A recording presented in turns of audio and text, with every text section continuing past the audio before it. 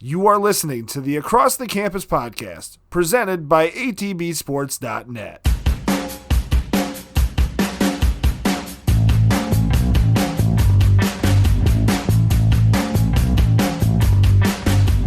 All right, everybody, welcome back to Across the Campus, your college sports podcast, and your Mid-American and Big Ten Conference podcast, presented by atbsports.net. I'm Alex, and as always, my partner in crime, AJ the Guru. Hey, what's going on, everybody? What's going on, AJ? Hey. We got a full show today. Yeah, we do. So let's get at it. I think first we have to address the elephant in the room. Mm-hmm. Pretty tragic event that happened this last week. Absolutely. The loss of not only Kobe Bryant and his daughter, but the other 7 individuals on that plane, or on that helicopter, if you will, kind of shook the entire, not only sports world, but the world in general. Yeah, absolutely. Kobe was one of those guys who kind of transcended basketball, and they've mentioned it so many times too. In his post-playing career, he obviously won an Oscar, shortly after he retired, a year after he retired for his documentary, Dear Basketball. Such a great documentary. It was, yeah, it really was. And he had he was coaching his daughters. He was just kind of being a dad, finally getting into that second part of the phase of his life. And just a shame the way it ended. It was weird because I saw it on Twitter. TMZ had reported it originally, but then I'm going through I'm going through Sports Center. I'm going through all my sports, the things that I follow, and nothing. So I figured it was just a hoax because that's what TMZ tends to do. Mm-hmm. And so I even got on CNN, nothing, ESPN, nothing, Fox, nothing, Bleacher Report, nothing. And I'm like, okay, maybe this is just a hoax, whatever. Right. And then 20 minutes later, it's confirmed on SportsCenter. It's going onto the ticker, and they cut away from whatever game they were showing and went right to the ESPN studios, and were talking about it. Yeah. And then all the rumors came out of who was on there. I heard Rick Fox was on there at one point.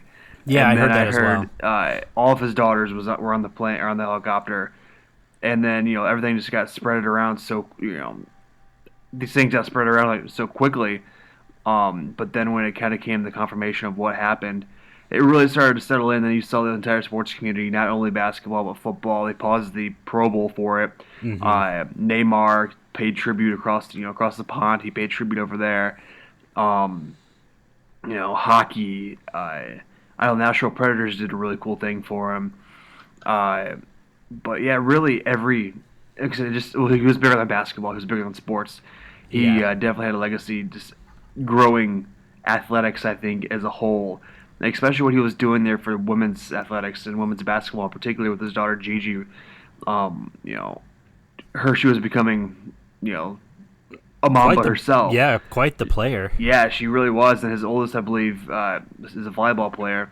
Mm-hmm. But yeah, the young Mamba had a really bright future in basketball. I know she was a big UConn fan. They went to a lot of UConn games. Yeah. And they left a seat for her it had to been just a couple days ago. They were a home game because they attended a lot of games. But as we went on before air here, we had a movie night tonight, so I'm finally getting caught up on what happened at the Lakers game, and I'm just kind of seeing all the highlights and stuff like that. And it's a real tragedy. It's a real shame to see. Kobe was only 41. Yeah, 41 years old. So just getting into the second phase in the prime of his life, it's a shame because he's one of those guys too. Like in our era, maybe you're a little older than me, but still, our era, he was our Michael Jordan. When I was born, Jordan was in '92. Jordan was starting to phase out just a little bit. Mm-hmm. Still kind of at top, but there's Kobe comes in '96 when we really kind of start paying attention, and it's a shame. It really is. It's and there's something new coming out every day. Not new about the story, but players coming out with stories about him, and new different tributes from different teams, and what Shaq has done is really cool as well. I don't know. Shaq's been an emotional wreck. He's been raw. It's been rough for him. Yeah, I don't know if you saw the guys on TNT the other night. It was on Tuesday night when the Lakers were supposed to have a home game, but they canceled. Mm-hmm. So Shaq, Ernie, Charles, and Kenny, and D Wade. They just sat at half court and reminisced, and they brought out Jerry Fox and D Fish. That's cool. And they brought out Jerry West or Mr. West as well. Mm-hmm. And they just kind of reminisced and talked. And then there was a really cool video of Shaq leaving the arena, and there was a lot of people there wanting to take pictures and stuff like that. And he kind of quieted everybody. and he said Kobe, and they started chanting Kobe as he went to his bus. So I think that what they've done outside the Staples Center as well, the memorials and things like that. You see the memorials all over the world too. I think there's one in the Philippines. Yeah. Somebody did all the artwork and things like that. It's really cool. But what I hope it doesn't get lost in this is the other 7 who lost their lives as well. Well, exactly. Obviously, that's the thing. Because the baseball coach, obviously, he was a huge deal in junior college baseball. Mm-hmm. Yeah, he was one of the more winning coaches. Yeah, in junior college baseball. He just won a championship last year, I believe it was. And so, you don't want to forget those other 7, obviously, because there was a husband, wife, and daughter on that helicopter. They have 2 kids at home, so those are things you don't really want to. You can't forget, and that's one thing Shaq's doing tonight. It was tonight actually. His Super Bowl party. All the money from that is going to the Kobe Bryant Foundation, and then to go help the other victims in the crash. So really, all in all, just a sad scene, and it's one of those things too, where just kind of a freak accident.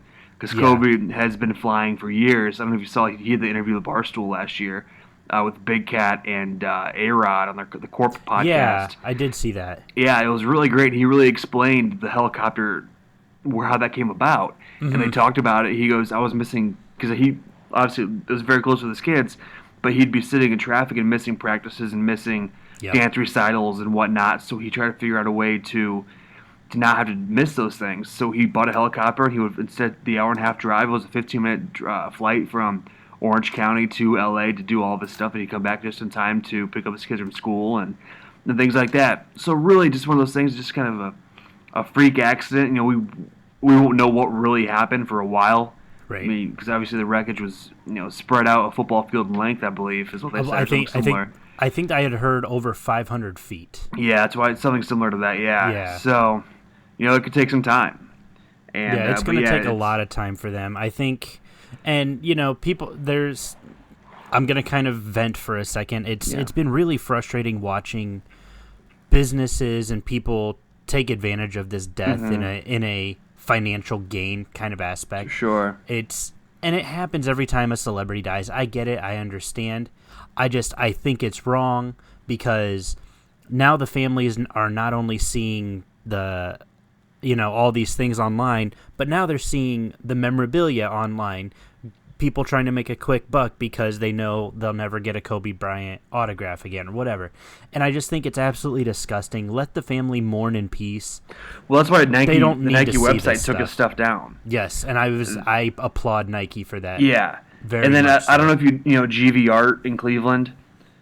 Okay. They're a custom art company. They do some phenomenal stuff. They made a shirt, but all that money is going to the Kobe Bryant Foundation and stuff like that. I did see stuff like that, yeah. Yeah, those guys do an incredible job. I buy a lot of my Cleveland things from them. They have a couple stores. I think one's in Westlake and the one's downtown, and they've got some incredible things. But yeah, the Kobe Bryant shirt sold out very quickly, and all that money is they've stated right away on the Kobe Bryant Foundation to go help, which they will. They're good guys. They do a lot of that kind of work, especially when there's something going on in Cleveland, especially like with Carlos Carrasco last year with cancer. They came up with a shirt and then donated all that money, all the proceeds to the cancer research at the Cleveland Clinic. That's awesome. They're really big into that. But yeah, I have noticed something with especially with Nike, what they did is pulling all this stuff off the shelves, and then it goes to a thank you, Kobe, and we love you type of message. And Nike's statement was simple. It said we don't want these resellers to be profiting off us, which makes total sense. Yeah, no. And it's sad we have to think about that too. It's so terrible that you have to think about that. But again, I really applaud Nike and their marketing team for being heads up about that. Sure, and they moved very quickly too, because I think they realized. They really did. I think even that Sunday night, it was already all taken down. I was going to say within 24 hours at least. Yeah. But I did, in honor of Kobe, I did want us to take just a quick 8 seconds of silence, just kind of in remembrance of him and his daughter and the other victims on that flight. A tragedy that has really shaken the entire world. But if you join me here for a couple seconds, I would just want to do an 8-second moment of silence in honor of them.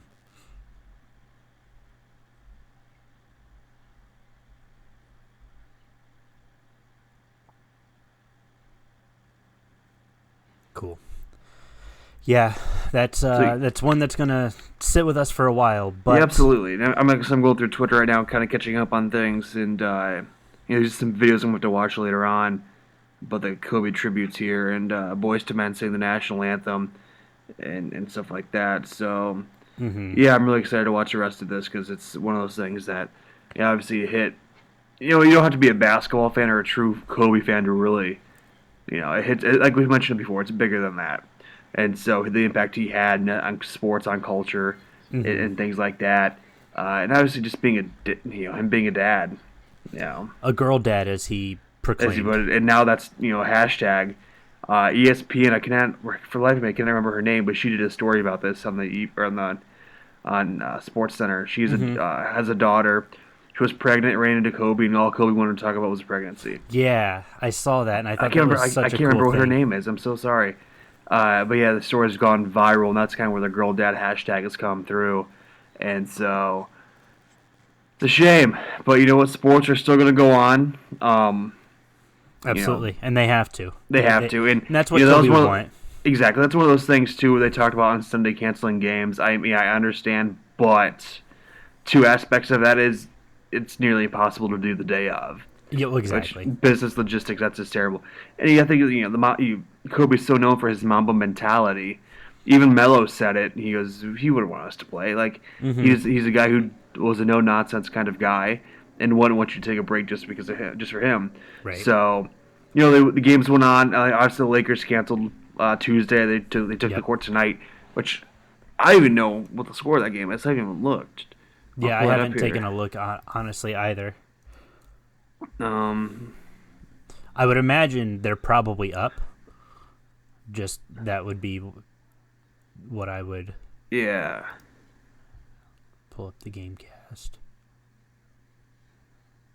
Okay, it's not giving me a score. No, it just says 10 p.m. I wonder if it's completely crashed. That's or quite maybe possible. I mean, yeah, because now they're an hour. They are an hour into this game, or at least close to an hour into this game. Yeah, even on Twitter, it's not. Yeah, even on Twitter it says 10:30 start, but maybe they haven't even started yet. Wow. Well, yeah, I mean, you and I were talking about it before the show started. Tickets were up to 1,000 plus. Yeah. For nosebleeds for this game. Just absolutely insane. And I think they'll be like that the rest of the year. Oh yeah, I don't do a lot of sports betting, but I would be willing to wager the Lakers are going to win the whole thing now. Yeah, I mean that's kind of a safe bet I think at this point. And I think it's just because the emotion of that team wanting to do something to honor Kobe. Sure. They're going to go on a tear. Sure. But all right, man, we got to move on. We do have to move on. We got some other spectacular things that have gone on this week and coming up on Sunday, which we'll get to Sunday later on. And before we get into that, I've got to mention this. Go for it. What a boring Super Bowl week this has been. Yeah, there is nothing exciting. I think you have to attribute some of that to the Kobe incident. I think a lot of that has been put on the back burner because of the coverage with the Kobe thing, but this is one of the most, like you said, the most boring Super Bowl weeks we've ever had. Yeah. I've not seen anything. No, and right here, actually, going back to Kobe real quick, I turned the game on my phone. They haven't tipped off yet. They're still talking to Mark Jackson, Van Gundy. So, well, but yeah. So, anyways, but yeah, like I said, it's been a boring Super Bowl week. Got a media week. There's always something interesting. Somebody says something funny or dumb or something. Nothing. Yeah. And I think that's the way I look at it, too, is the coaches in this game, and Shanahan and Andy Reid. Andy Reid, yeah, can't forget his name. They're just no-nonsense football guys. They're there for business, exactly. That's it. And I think the players are like that, too. I think both teams are still extremely young, and most of them have never been to a Super Bowl. And so it's one of those things where it's all right, it's a business trip. They understand, the severity of it and what this week is. I think a lot of it is save for Jimmy Garoppolo and maybe some of the linemen, none of these guys have ever been in a Super Bowl. No. This is a really big deal for a lot of these guys. Andy Reid coached one in Philly. Lost to New England. That was with McNabb and T.O., right? Yeah, McNabb and T.O. back in 05. Oh, yeah, I was going to say 05, 04, somewhere in there. Yeah. And that was one of those things, you look at the amount of people who are in their first Super Bowl, it's pretty impressive, honestly. But I think that's also attributing to the no-nonsense. It's like, look, this is a business trip, like you just said. We're focused on going here, competing, and winning a championship. I think it's going to be a good game. I think you've got this phenomenal San Francisco defense against this extremely talented Pat Mahomes-led Kansas City offense, and I think it's going to be much more high scoring than people expect. Yeah. And we'll see. Obviously Garoppolo's going to have to throw for more than 70 yards like he did in the NFC Championship. Yeah, and KC is only minus 1.5. Yeah, so it's going to be a good one. I really think that now I think Kansas City will probably win this one just based off of the offensive firepower they have. Yeah, over under 54. Mm-hmm. I'd take the over in that. Yeah. Oh, absolutely, I would. Because points per game, San Francisco's averaging just under 30. Well, they both average just under 30. Points allowed, San Francisco 15, Kansas City 27. Total yards, San Francisco, 395, and Kansas City 391. So really, they're neck and neck in just about every category. But yards allowed, though, this is where the San Francisco defense steps up here. Yards allowed, 290 per game to Kansas City's 402. Wow. Yeah, that's a big difference. Yeah, and San Francisco only on average gives up 41.5 yards rushing per game, and Kansas City's just under 90 at 89.5. Mm-hmm. So really, the San Francisco defense is, I think, going to be a huge difference in this ballgame. Because they're young, they're talented. I mean, Nick Bosa, he's just won Rookie of the Year, rightfully so. Oh, absolutely. 13 sacks in the year. He's phenomenal. Boy's a man amongst boys. I actually saw his first ever college sack against Bowling Green.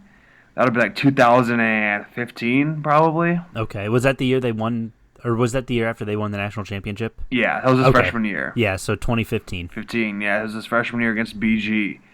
And week one, it was like 110 degrees. Mm-hmm. It's miserable. But, yeah, it was cool to see his first sack. And because really, I mean, his tendencies at that stage of the game, being a freshman, you could tell he was going to be better than Nick. Sure. Or, excuse me, better than Joey.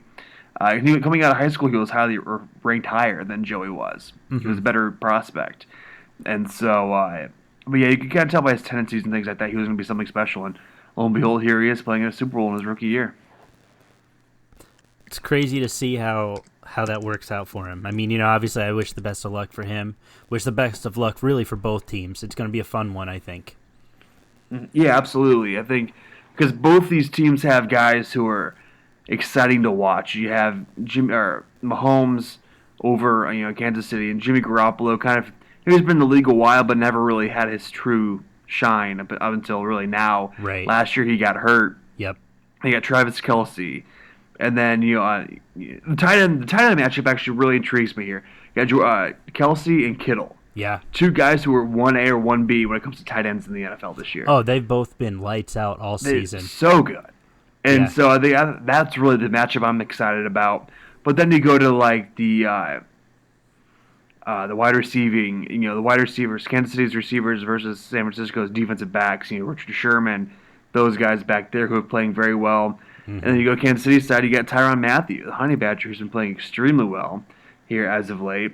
He's one of those guys, too, who has really surprised me. Obviously coming out of college, a little bit of trouble here and there, but he's really done a complete 180 and turned himself around, and he's stuck in the league. Yep. And so that's great on his end. He's done so well. Before Kansas City, he was in Houston, right? Mm-hmm. Yeah, Houston. Okay. Yeah. But yeah, I think this is going to be really exciting. I think the matchups play fair. I mean, they're fairly even across the board, as we just mentioned. But I give San Francisco's defense just a slight edge. Yep. When it comes into Sunday's ballgame. Absolutely. Cool. I mean, sounds like that's our Super Bowl preview. Yeah. I mean, yeah.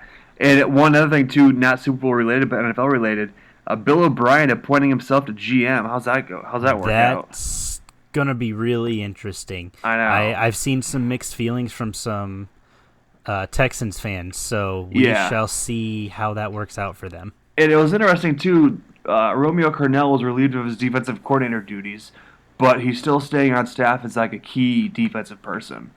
So I don't know what he's doing, but he's staying on as a defensive something. It'll be interesting to see how that unfolds for the next season for sure.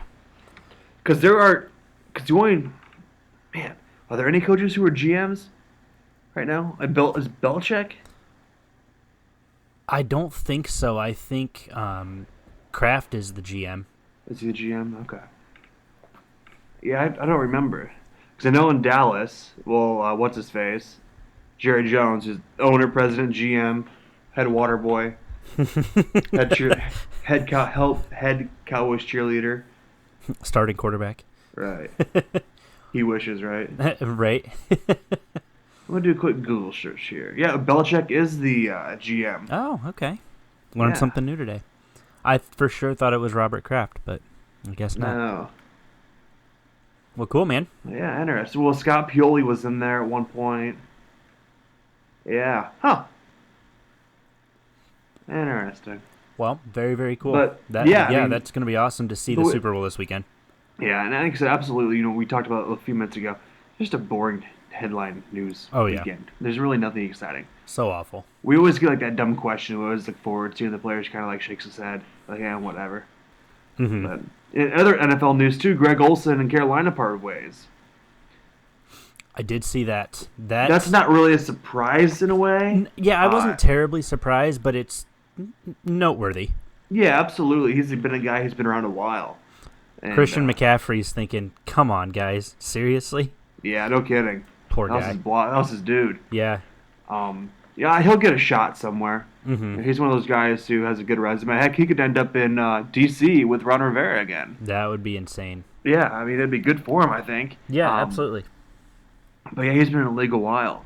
And so, I remember he was a Chicago Bear for a while. And he's done well for himself. I think he'll land on his feet somewhere. And obviously it was something mutual, so, something one of those things where I'm sure Matt Rule wants to go younger. And so it's one of those things, too, where I'm sure he had a nice little contract, so try to free up some space. Sure. And this was probably a contract year, I'm assuming, too. I think it was, yeah. Yeah, so they came to the negotiation table and they kind of said, hey, it's probably better off if we go separate ways, it'll work out for them either way. Yeah, very much a good luck. We wish the best for both sides, and here we are. And that's it for the NFL. That's it for the NFL. Honestly, there's been nothing really exciting this week. And that's fine. Obviously, I'm sure we'll have something to talk about next week with the Super Bowl and all that stuff. But, yeah, the NFL's been pretty quiet this week, and I'm fine with it. It's the first quiet week we've had in a while. Nothing really major has been going on. It's nice. Yeah, Antonio Brown issues apology to Florida Police Department. No big deal. I'm just kind of going down the top headlines right here. That's about it. Cool, man. That's really it there, man. But yeah, we even MAC conference play, there's nothing exciting this week. No, I think it's one of those things where everybody's attitude and maybe not attitude, but mind hasn't been there. It's kind of one of those things. Everybody, with Kobe, this Kobe incident, everybody's mind's kind of just off into space. Which, and rightfully so. You can't blame them, yeah. Rightfully so. But it's one of those things too. It's just nothing else matters really. It really doesn't, because this is bigger than sports. Right. This incident, and I do want to talk though about have you watched any of the Waste Management Phoenix Open? I have not gotten a chance to talk about to watch any of that yet. JB Holmes is leading at -13, but the 16th hole has been so cool this week. Okay. Justin Thomas, I think it was, wore a Kobe high school basketball jersey, and then I think he also had custom Lakers golf shoes on. That's awesome. A couple guys have worn other Kobe jerseys and Lakers things. So, but the 16th hole is a bucket list item for me. You literally just sit there, harass the golfers, and get drunk, and it's a blast. Let's do it. It's on Phoenix, Arizona. The TPC, I think it is. TPC Scottsdale, and the purse for this is $7.3 million too. But JB Holmes is -13. He was 600. Ooh, well, 600 today too. But yeah, that's just if you get bored, tonight or tomorrow, get on YouTube and just look up the Waste Management 16th hole. Okay. There's guys who have blogged it and things like that. And you literally get there at 4 a.m., 5 a.m., find a seat, and you don't move. And then what they do is, since people get there so early, they'll put breakfast burritos in tinfoil and shoot them into the crowd. So people are eating.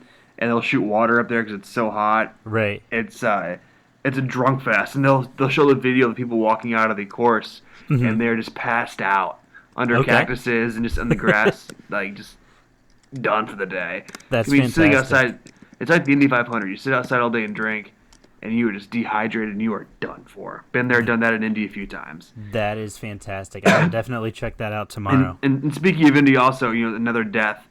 John Andretti, he passed away the other day with a long battle with cancer. The Andretti family, racing family. Yeah. He lived, sorry, I can't talk. I think he lived in Indianapolis. Okay. But most of the Andrettis are down there. That's where their shop is, I believe. So, another loss. He had a long battle with cancer. He was only like 51, 52 years old.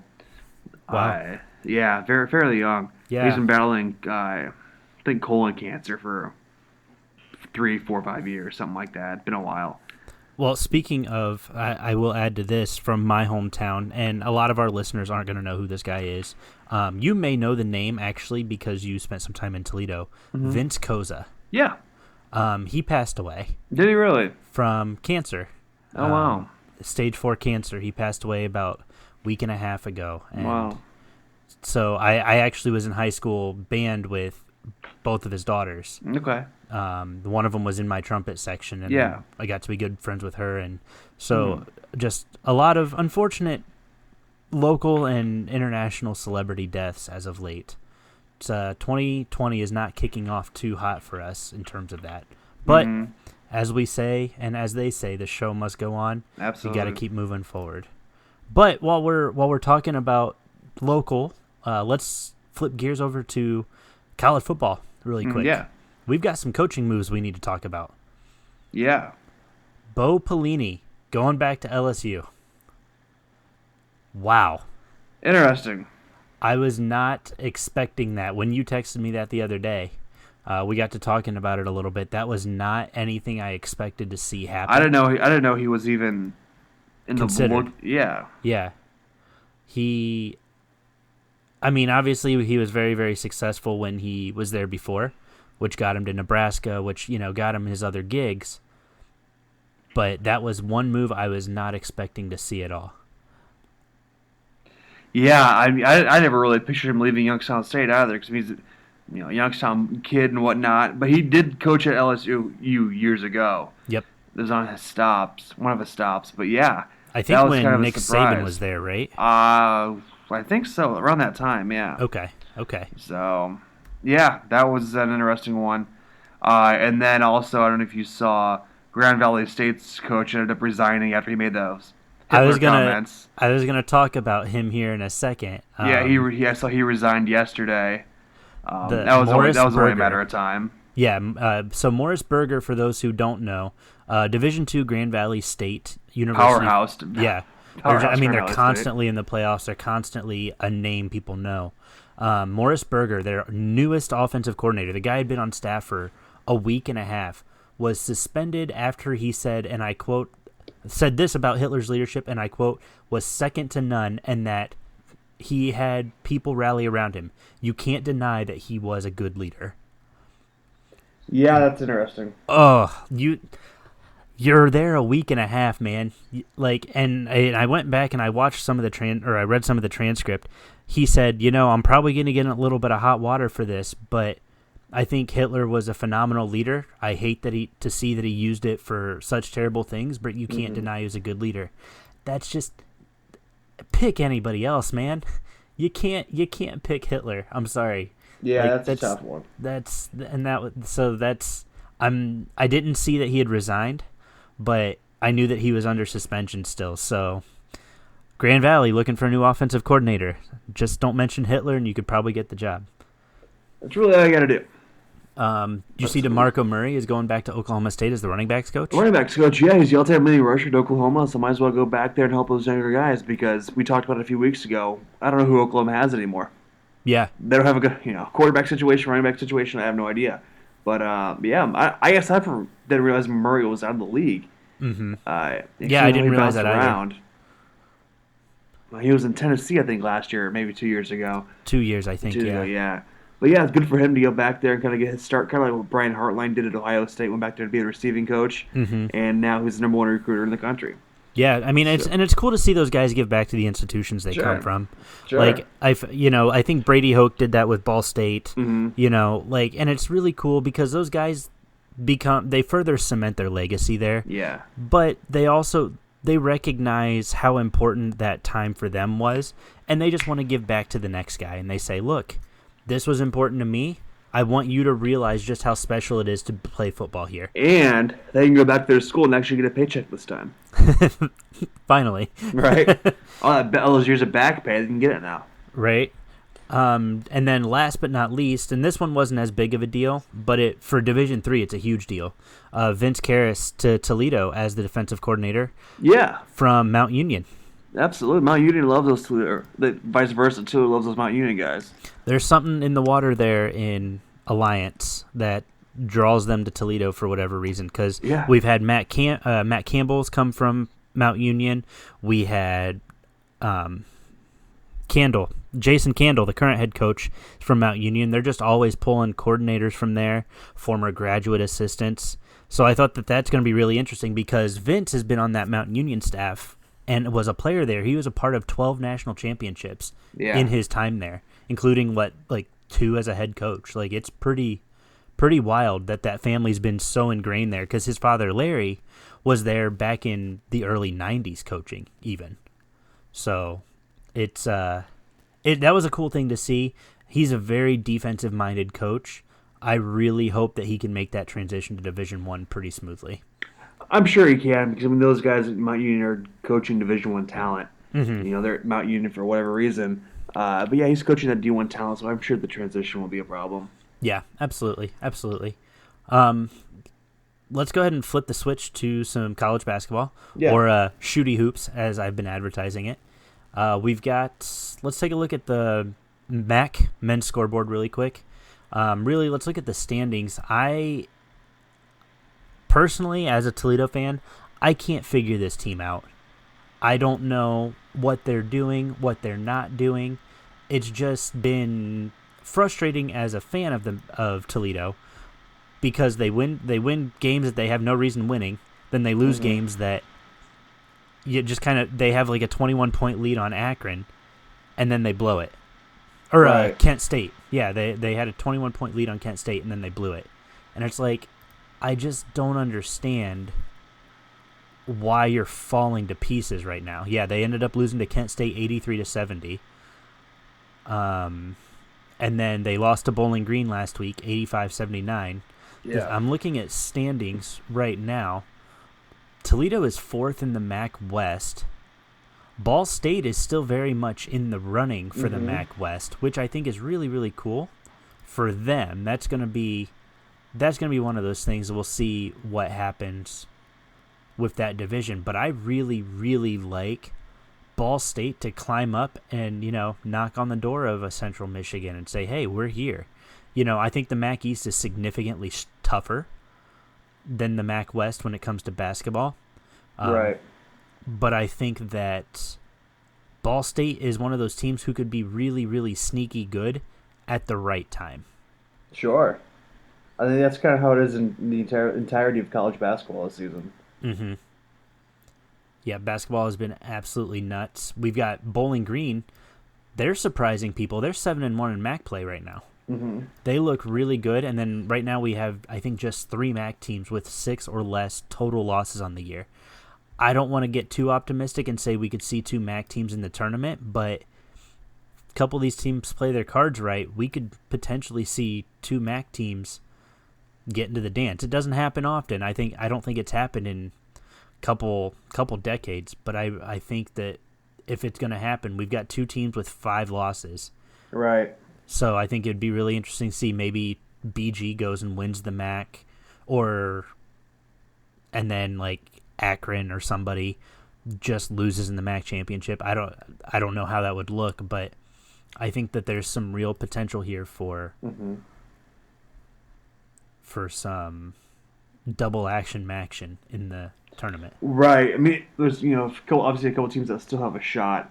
And it could change overnight. Really, I mean, one basket, really. Yeah. We were talking about pre-show, rather, talking about the Kent State game, and Akron had a shot to win it there at the final second.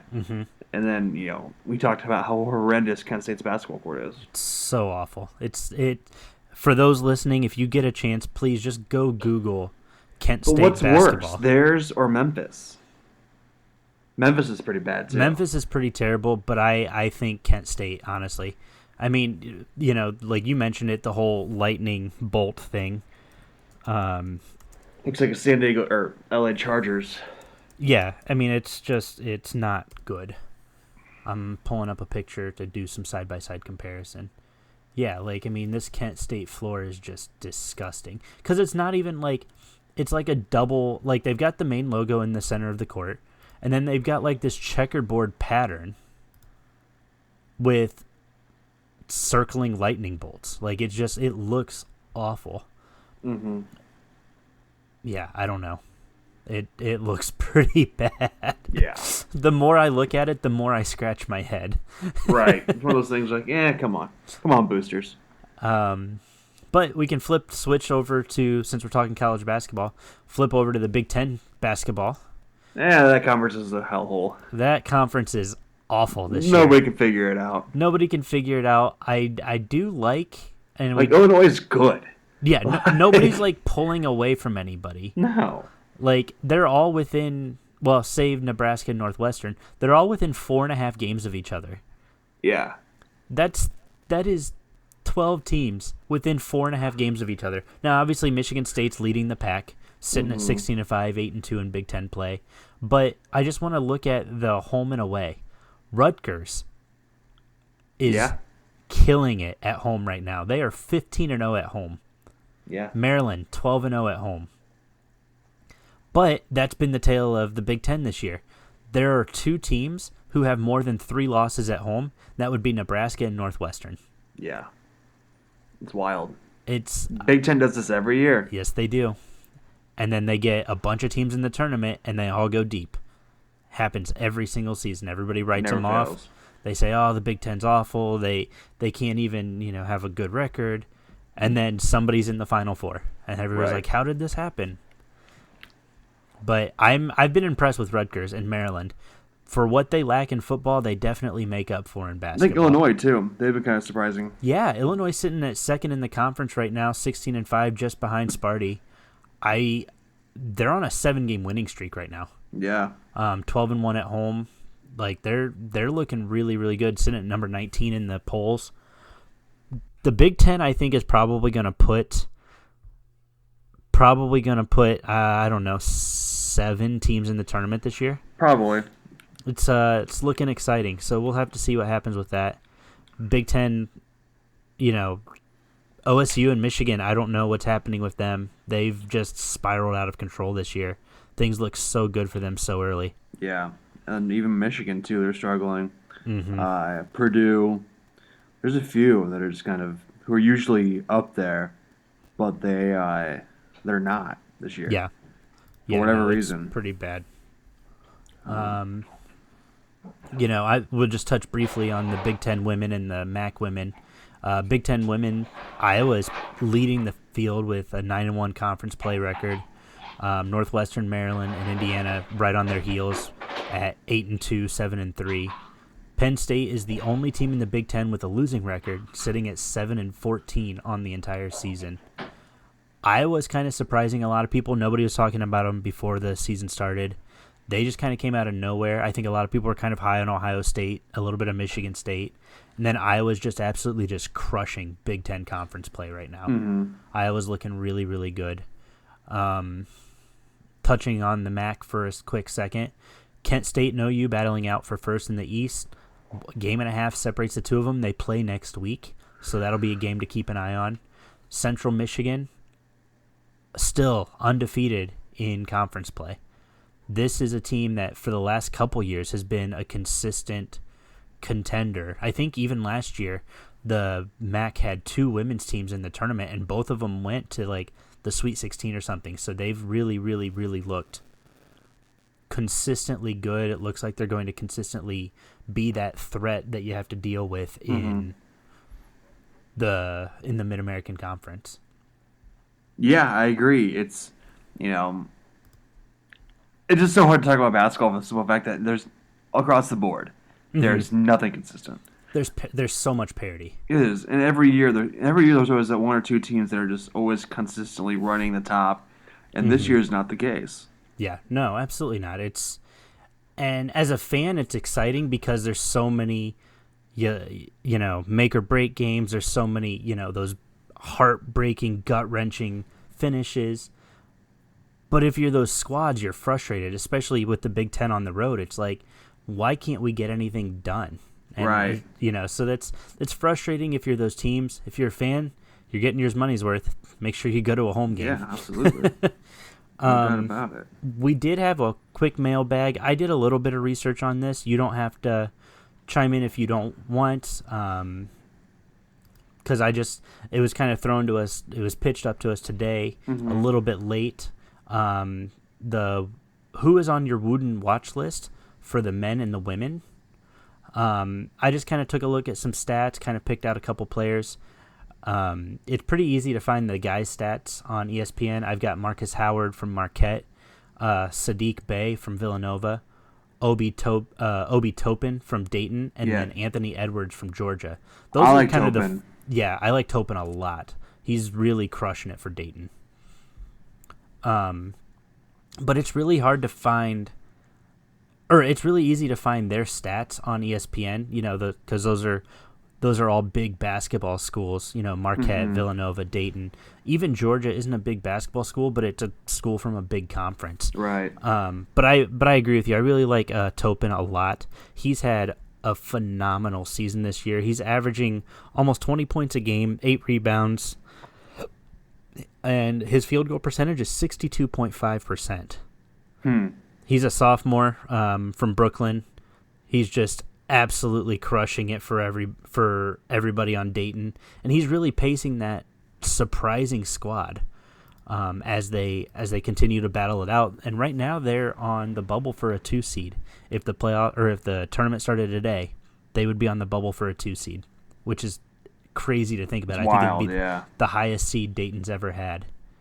But yeah, I agree with you. I really like Toppin a lot. And that's funny too because Dayton's usually they tend to stick around. But they're always in the tournament. They've always got something, and so yeah, this could be it. So that's a team. If you're out there and you're making bets, this is a team you really got to watch out for. Dayton looks to be the real deal this year. Yeah, they will go far. On the women's side of the Wooden. Oh, go ahead. Sorry. They're still in the A10, right? Still in the A10, correct?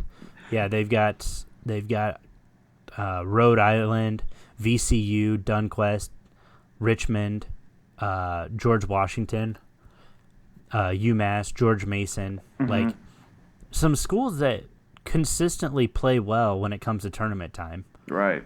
And Dayton is pacing them, sitting at number 7 in the country, 19-2 overall, 11-0 at home, 5-0 away, 0-2 at neutral sites. And you're going to mention your girls basketball here in a little bit. I want to bring this up to you also. I have to get the date of it, but the women's regional of the tournament is going to be here in Fort Wayne.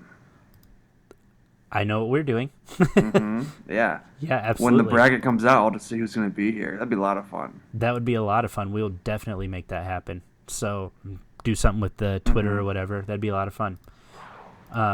But for the women's side of the Wooden, I did take a quick look. This one was a little harder to find because ESPN doesn't have their stats readily available. But I took, because I'm in love with Oregon women's basketball right now. Sabrina Ionescu, Olivia Nelson Ododa from Connecticut, Lauren Cox from Baylor. I've actually been really impressed with this last one here, Shenedy Carter from Texas A&M. I've been really impressed with her, and this isn't a name that I've heard too much of, but she's a junior guard from Texas, and she is absolutely crushing it this year. Her field goal percentage is about 50%. She's had 1, 2, 3 games where she's had above 65% field goal percentage. She's averaging, her free throws are really, really good. This girl just comes out, she plays hard, and I don't know. I've just been relatively impressed with her as a whole, just looking at what she's doing and the body of work she's put together. Obviously Texas A&M isn't really out there doing a lot. No. But she's kind of the glue that keeps them together. She's the one that those players turn to when it really matters. So I really think she's named first team All-American and All-SEC the last 2 seasons. Like, she owns A&M's top 2 single-season scoring averages the last 2 seasons, which I think is pretty impressive. And you got to what's surprising, especially for me, for example, being here in Indiana, Notre Dame women's basketball is huge. Yes. They are 7-14 on the year. Really? 7-14. Wow. I had no idea. Yeah. And like when you're talking about this, I go, I've been to countless Notre Dame women's games. My best friend back here, his grandparents had season tickets growing up, so we were there probably every weekend at least to go into a game. And they're 7-14 on the year. They played Georgia Tech Sunday, who's 14-7. But I'm looking here because I was in the ACC. So NC State women, they're 20-1 on the year, and they're playing. They're ranked 7th. And then looking at the other ACC teams here, Syracuse, the other low one is Virginia. They're 8-13. Other than that, Notre Dame's at the bottom barrel of it, which is so surprising because I saw. Obviously, she's graduated a couple years ago, but Skylar Diggins, for example, is from South Bend, and I saw her play in high school. She came to my high school and played, and just dominated. It was incredible. It was their senior year. She was just incredible. And I'm looking here at the conference standings right here. Notre Dame's 2-7 in the conference, and Louisville is 10-0. Wow. So yeah, Louisville looks tough this year in the women's. They do. In the women's side of things. Yeah, they really do. I'm excited, and this is a game we can talk about probably next week, but I'm really excited to watch Oregon take on Connecticut here, and I think they play this next week. Yeah, I knew that was coming up at some point. That's going to be a good one. I really think, because I think it's at, let me pull it up really quick. It is at home for UConn. Mm-hmm. The XL Center's a tough place to play. Yeah.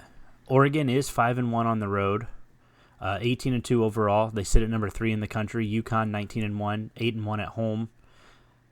This is going to be a good one. I'm really excited to see what happens. Yeah. That's going to be a fun one to watch. That is on the 3rd, so that is on Monday. Monday night, yeah. So that'll be one we can definitely recap.